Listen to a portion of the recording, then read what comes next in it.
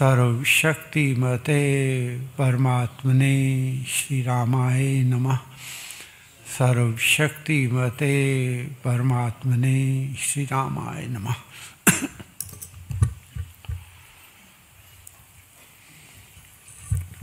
भक्ति प्रकाश जनक वर्णन है, 282 पृष्ठ है, 282 पेज, 282 पृष्ठ भक्ति प्रकाश जनक वर्णन है।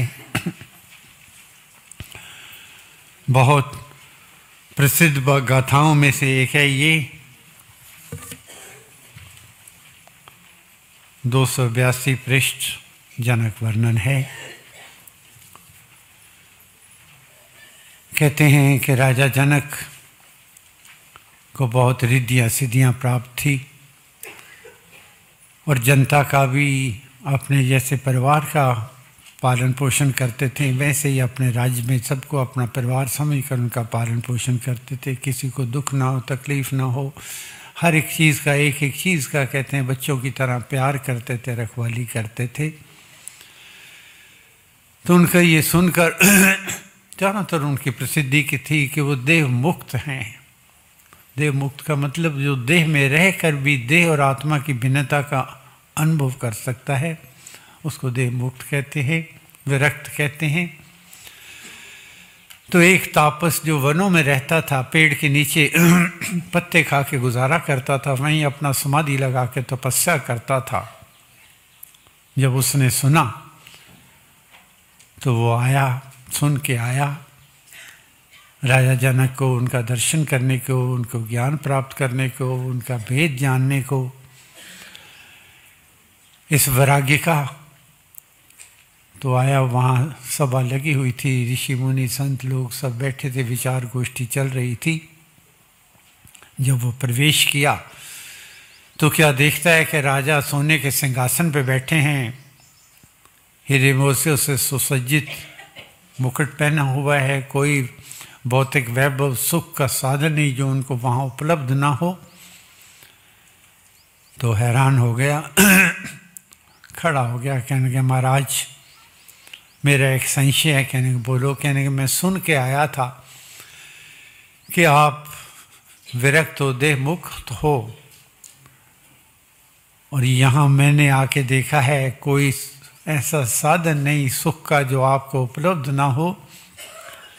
जिस विरक्ति को, विरक्तपन को, वैराग्य को मैं वनों में रहकर पत्ते खाकर प्राप्त नहीं कर सका, उसके आनंद को आप यहाँ सब सुख के साधन वैभव में रहते हुए इसमें मन कैसे वश कीना और आत्म पद को कैसे छीना। महाराज जो मैं वो पत्ते खा के नहीं पा सका, आप ये यहाँ चारों तरफ जो वैश्व आराम के साधन है सबके उपलब्ध होते हुए भी आपने इसमें मन कैसे वश कीना और आत्म पद को कैसे छीना। तो राजा जनक ने कहा बेटा ये तो कोई बात नहीं है, क्योंकि सब कुछ होते हुए भी मेरे मन में ये निश्चय है, विश्वास है और प्रतिज्ञा है कि हरि का काम करूं दिन राती, तृष्णा मुझको नहीं सताती। मैं हूँ दास राम का प्यारे, रहता हूँ श्री राम सहारे।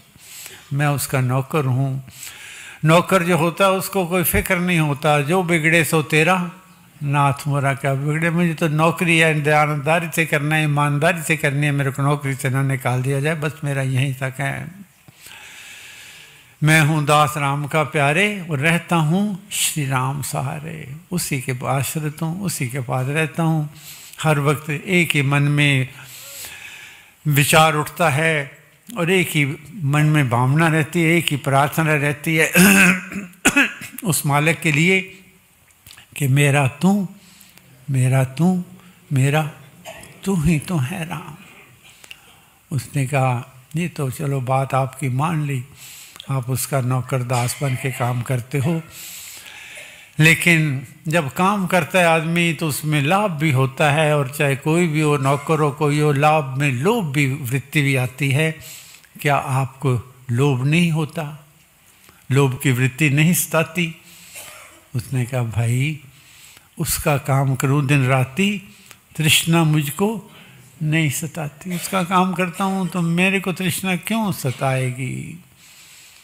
तो उस तापस ने कहा, राजन आपकी बातें तो सुनने में बड़ी सुखद आनंदमयी लगती हैं, लेकिन मेरे गले से नहीं उतरी। मेरे को मन में जो मैं अपना देख रहा हूँ, कर रहा हूँ, मेरे प्राप्त नहीं कर सका, यहाँ आपकी बातों में मेरे गले से नहीं उतरी। तो राजा जनक ने कहा तापस को, तापस आपके हर संशय का निवारण हो जाएगा, स्वतः हो जाएगा, लेकिन आपको एक परीक्षा में से गुजरना होगा। कहने का अगर मेरे मन का संशय निवारण हो जाए, जो मैं भटक रहा हूँ मेरी भटकन दूर हो जाए तो एक परीक्षा क्या, मैं 1000 परीक्षा भी देने को तैयार हूँ। उन्होंने कहा ठीक है, पारे का भरा हुआ प्याला आप अपने रखकर, सिर के ऊपर रखकर मेरे नगर का चक्कर लगा कर आना। अगर पारे की कोई बूंद नीचे नहीं गिरी तो आपके संशय निवारण हो जाएंगे। कहने का ठीक है जी। इतना कहना था, पारे से छलकता हुआ प्याला आ गया, उसने अपने सिर पे धारण कर लिया। जैसे ही सिर पे प्याला रखा, 8 सैनिक नंगी तलवारें लिए हुए, 2 आगे 2 पीछे, 2 दाएं 2 बाएं आ गए और उनको नतमस्तक प्रणाम करके कहने के महाराज हम भी आपके साथ चलेंगे। कहने के तुम भूत कहाँ से आ गए, तुम क्यों चलोगे? कहने के हम भूत नहीं हैं, हमें राजा ने कहा है कि एक बूंद भी पारे की गिरे, इसके गर्दन के वहीं 2 टुकड़े कर देना, पारा बाद में गिरे इसकी गर्दन पहले गिर जाए। डर गया मैं, क्या कर बैठा। फिर अब तो हाँ हो गई थी, चल पड़ा। नगर में ऊंची नीची स्थान से अपने आप को बचाता, मेला था नगर में, इधर उधर धक्का मुक्की थी, इधर से बच इधर से बच बचता बचाता शाम को वापस आ गया। राजा ने कहा आगे? कहने के हाँ महाराज आ गया। तो राजा ने उसको कहा, तापस को, कहा मुने कहो नगर कहानी, यथा सुनी देखी हो जानी, रंग राग शोभा शुभ नाना, विविध मानती का ठाठ सुहाना, वह भी अद्भुत बात निराली, कहो सुनी जो देखी वाली। कहने के मेरा आज नगर में उत्सव था, वर्ष के उपरांत होता है, सब लोग बहुत सज के आते हैं, बहुत झूले, बहुत बच्चों के खेलने के साधन, मिठाइयाँ, सब कुछ बनता है। मुझे बताओ आपको कौन कौन सी चीज़ अच्छी लगी, कौन सी चीज़ अद्भुत लगी, रंग रंग में क्या आपको सुंदर लगा, क्या आपको मन में भाया।